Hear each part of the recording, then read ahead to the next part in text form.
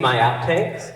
The last one was really funny. I did an opening, right? And I thought it was so good. And then midway through, I was like, this is awful. All right, we're just going to start over. And I think I was like making fun of myself on the video. I edited that out so no one sees it. So it's a bit different now because now I feel like I can't get a second take. So like I can't be like, everyone go out and come back so I can start over again. So bear with me. This is the first one back. So if I mess up, I apologize. I'm a bit rusty at talking in front of people now. But it's an honor to share with you this morning. It's an honor to gather in person. And I've been loving what God's been showing us as we've been going through a series about generosity. And kind of what generosity means and what it means to have a biblical mindset of abundance. And I've just loved journeying through that, unpacking that as a church, and seeing what that God has to show us. And today we're going to kind of look at how do we have this mindset of abundance, this biblical mindset that there is enough. And I want to look at a story. It's in 2 Corinthians, and it's chapter 9, and it's verses 6 to 15. And I really believe it shows us something about this whole idea of a mindset of abundance. But I think it's important to know that when we pick out scriptures like this, we're jumping in the middle of stuff. This isn't an isolated, just one text. There's text before it, there's text after. This is Paul's trying to make an argument in his letter. There's all these things to consider. And sometimes when we read these ancient texts, it's like we're jumping into the middle of things. And I think it's important for us to remember that. So Mitzi Miner kind of unpacks this a bit more in a book of his about 2 Corinthians. And he's got a fancy word that he uses that I'm not going to try to say because that's not me, and I'll mess it up. So I'll just say stepping in the middle of things. So there's a cultural context going on. There's things happening in this early church. There's tensions. You got a community in Corinth that's emotionally charged, that's diverse, that's trying to figure out what this Christian thing means. Or not even Christian. To them, they didn't even have that word yet. They're trying to figure out what it means to follow Jesus. And they're trying to figure out and get their heads around all these different things. And it's getting to the point that you have different speakers coming up and getting power and speaking in this movement. And people are choosing sides against each other. And Paul kind of touches on this in the letter. And people are turning against each other. And all this chaos is happening. And I think that's why in this letter at times, if you read the whole letter, Paul kind of seems to flip-flop.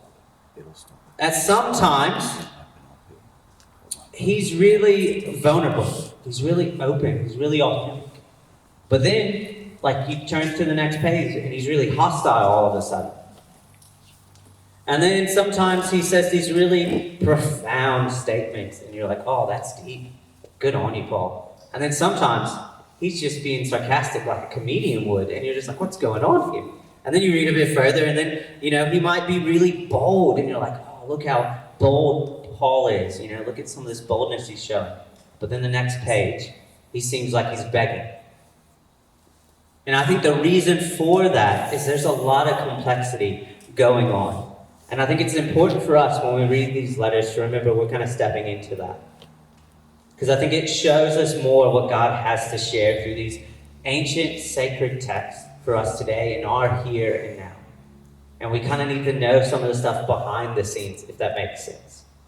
So, knowing some of that, let's begin to kind of look at this scripture and see what it's kind of telling us.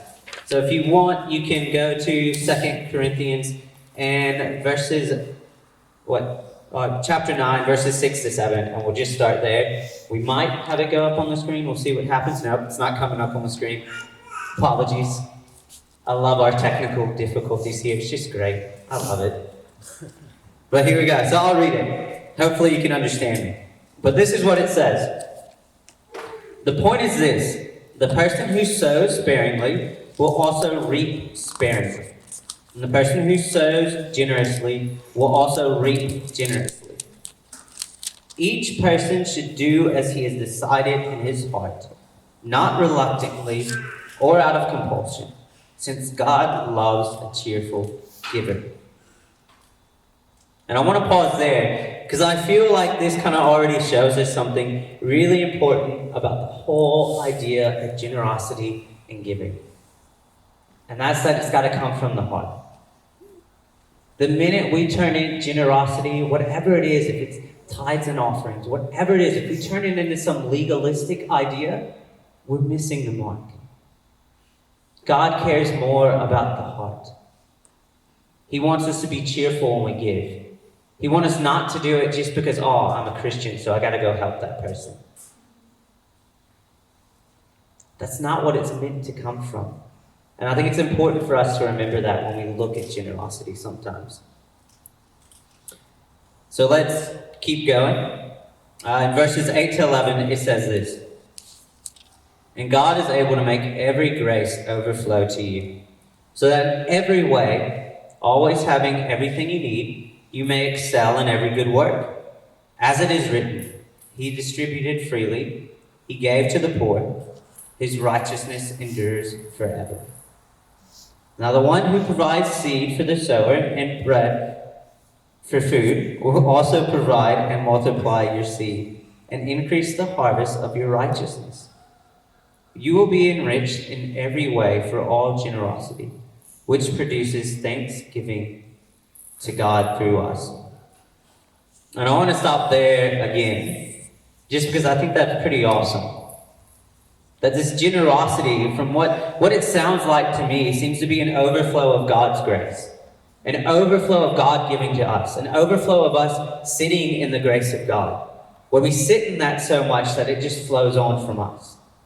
Which I think is just really powerful. Because sometimes if I try to be generous on my own, I'm not able to do it.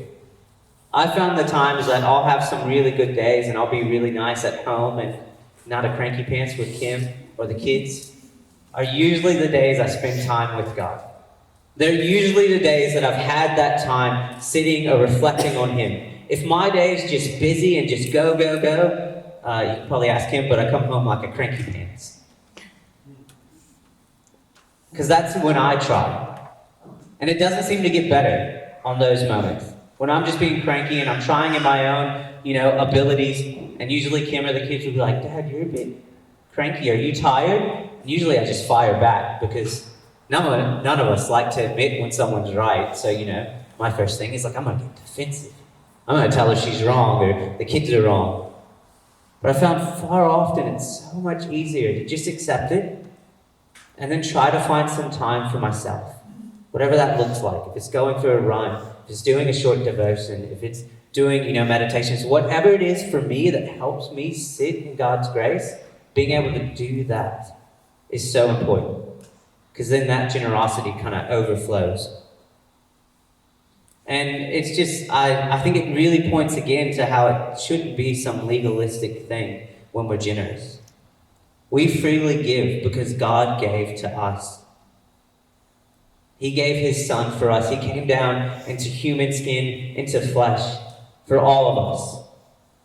Not requiring anything back. Not saying, I'll do this if you do X, Y, Z. No, He just came down and did it. He made a way. He freely gave to all of us. And that's why we freely give.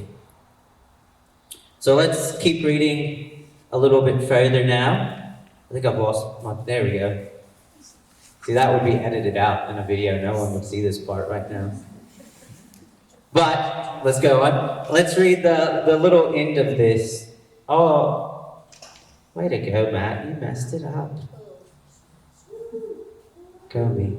But no, before I read the next thing, actually, I want to share a story because sometimes we read about God enriching our lives. And a lot of times in the Christian church, and it might be more in America, but there's this idea that if God's going to enrich my life, it means money. It means financially. And I don't think it always means that. And I don't think it means when I give somebody something, it means I'm going to get back that money. So I don't think that's the case either. I think it's something deeper than that. And I want to share a story to kind of unpack that a bit. And this isn't a story about when I gave, because I'm not great at that sometimes. Kim's way better, and it pokes me sometimes. But this is a story of what someone did for us. And me and Kim, if you don't know, we were married very young at 19. We had a little kid. I was new to Australia too, and looked for work when I first came here. Only job I could get was working at Pizza Hut, which makes you feel really proud after you get done working at Pizza Hut. And you go grocery shopping with your wife and your kid, and you're covered in flour, and you look like a 12-year-old because I'm short and tiny, and if I shave my beard, it's really bad. That's the only reason I have the goatee, is to try to make myself look older. So it's just a disaster. So we're in there, I'm shaved, because I like looking 13 for some reason at that point. And we're shopping, we get all our groceries, we get to the checkout, and I don't know about anyone else, kids at checkouts when they're toddlers, it's a nightmare. All those stupid chocolate bars, just why do you have to put them right when I'm going out? They all see that, and they used to be like where kids could snatch them from sitting in the trolley. So we had all of this going on, all this chaos. Caleb starting to get grumpy, me starting to get grumpy because I worked, Kim trying to stay calm but getting grumpy because everyone else is grumpy, and all this stuff going on. We get to the checkout, our stuff gets checked in, and then we go to pay. Got declined. Me and Kim start stressing because we were tight on money then. I can be honest that there would be some weeks Kim and I would have to budget just $20 for ourselves. And all the rest of the money would go to getting Caleb his stuff. So me and Kim look at each other, we're embarrassed. We're already feeling like people have their eyes looking down on us because I look like I'm 13 and I'm in a Pizza Hut outfit. And I got a kid screaming. So you got all this embarrassment rushing in. And me and Kim straight away, you can see us just get to another level of just feeling like we're not worthy and feeling like we're not good enough. So, I think, it's a mistake. I'll try again, right? Try again, crossing my fingers and my toes. Pow. And me and Kim look again. And then Kim gets the phone. She races over to start checking the bank, and the guy at the cash register was really nice. He's like, "I'll just leave your trolley here." He's like, "I'll, print out the receipt." He's like, "Afterwards, come back, we can sort it out then." I think he was partly doing it too, because there's heaps of people behind us, so I think he was trying to get us out of the way. So, we get out of the way, our trolley's set there, and we're kind of to the side, and me and Kim are scrambling, because we just don't know what's going on. We thought we had the money. There was a bill that came out that we didn't expect. And then we're trying to scramble to see how much we even have in savings because we didn't even know if we would have enough to cover the cost. And we're sitting over at the side on phone, stressing about this to each other, which you could imagine, when you're upset or angry, usually not nice to the people you care about. So I don't think me and Kim were speaking the kindest to each other in that moment. And then you have a screaming toddler in between us. So it's just a nightmare. And we think we got it. So we think, all right, we think that will be enough. And we go back up to pay. And the cashier stops us and he goes, "Oh, don't worry about it." I'm like, what do you mean we have to pay? It's like a $200 grocery bill. We can't just not pay. And he goes, "Oh," it's like, "I had to wait, but the guy behind y'all, the gentleman, he paid for your groceries. But he didn't want me to tell you till after he was out the store." So the first thing I do is try to run out to find this guy. Don't find him. Did a Facebook post about thanking him. But I feel like that guy's life and heart was enriched in that moment. Not because I could give anything back. I'm a 19-year-old kid that works at Pizza Hut and didn't even have enough money to pay for my groceries, or barely enough. I had nothing to give back financially. But I think his heart was filled because in that moment, he followed what God was leading him to do. He followed this movement of love, this movement of grace, which I think after the fact, he probably walked out of that store feeling a bit better, feeling a bit lighter, knowing the impact that he just had on a young married couple because we were fighting to the side, not worried about how, not thinking we had enough, having our toddlers scream, and just everything with that. And you have him pay and walk out. And I feel like his life's enriched because he partnered with God in that moment. And I feel like that's the enriching God's talking about. It's not more money, maybe you get blessed that way sometimes. But it's not about that. It's about something enriching inside your heart, something that grabs hold of you. And I think we've all had those moments when we gave to people generously or we helped someone out, that we never get anything really back, but we just feel a bit lighter on the inside. You just walk away and I don't know what it is, but you feel God more in that moment. You feel more of his love, more of his grace, and you feel richer than you ever have before. And there's no financial change. And I think that's what we got to remember when God's talking about enriching us. It's not always financially. It's something way deeper and way more profound than that. So yeah, I'll keep going now. I'll finish. So verses 12 to 15 say this. For the ministry of this service, it is not only supplying the needs of the saints, but it is also overflowing in many expressions of thanks to God because of the proof provided by this ministry. They will glorify God for your obedient confession of the gospel of Christ and for your generosity in sharing with them and with everyone. And as they pray on your behalf, they will have deep affection for you because of the surpassing grace of God in you. Thanks be to God for his incredible gift. And I think that pretty much sums up what I was saying a moment ago. And I love how Paul keeps talking about this enriching that's deeper than just some financial needs. Some more money in my pocket. So, I got to give, so then I get $20 back. Like I've seen some preachers say when I was a kid in America, because prosperity doctrine's really big there, and it just comes on local, cable at times. But I think Paul keeps talking about something deeper, something that's more enriching. That all happens from us sitting in the grace of God, allowing that grace to overflow and having a mindset of abundance.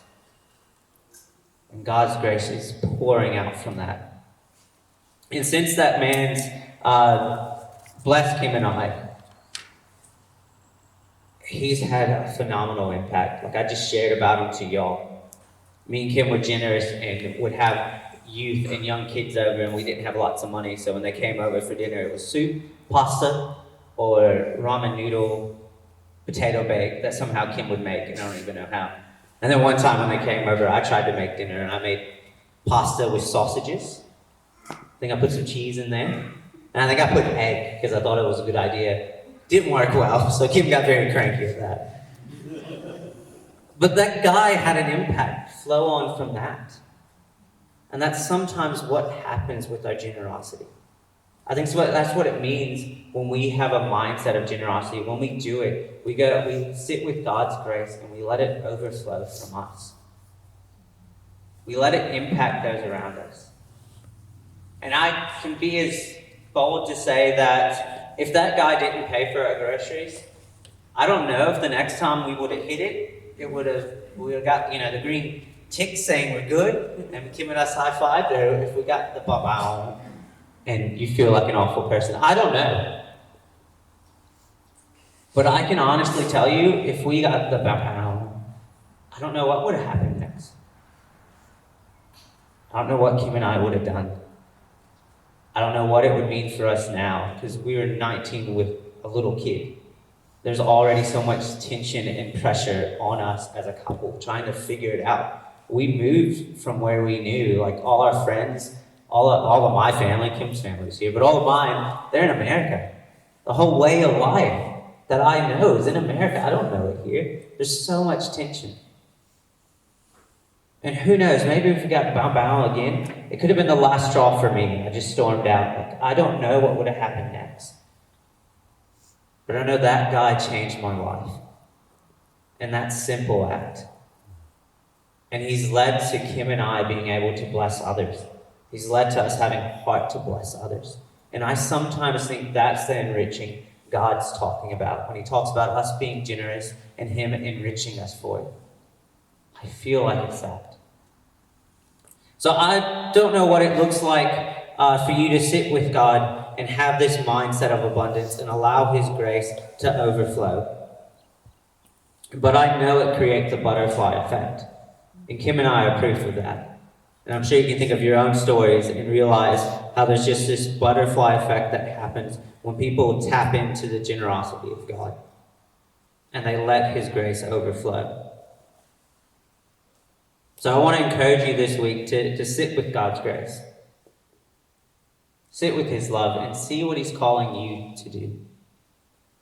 See how you can live out of this generosity mindset and having a mindset of abundance. See what that means for you.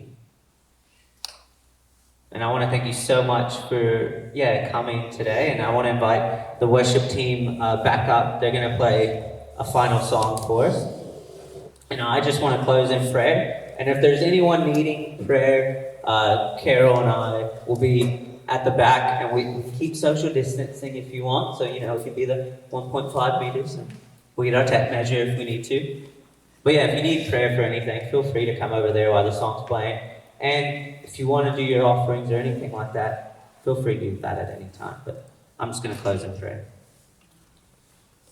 God, I thank you so much for who you are. I thank you for your love and for your grace. I pray as a church that you help us sit in your love and grace, and you help us have a mindset of abundance so we can live a generous life. Having your grace constantly flow out of us and pour out to others that are in need. Having a butterfly effect that we might never see, but will feel the richness of. In your amazing, matchless name, amen. Thank you.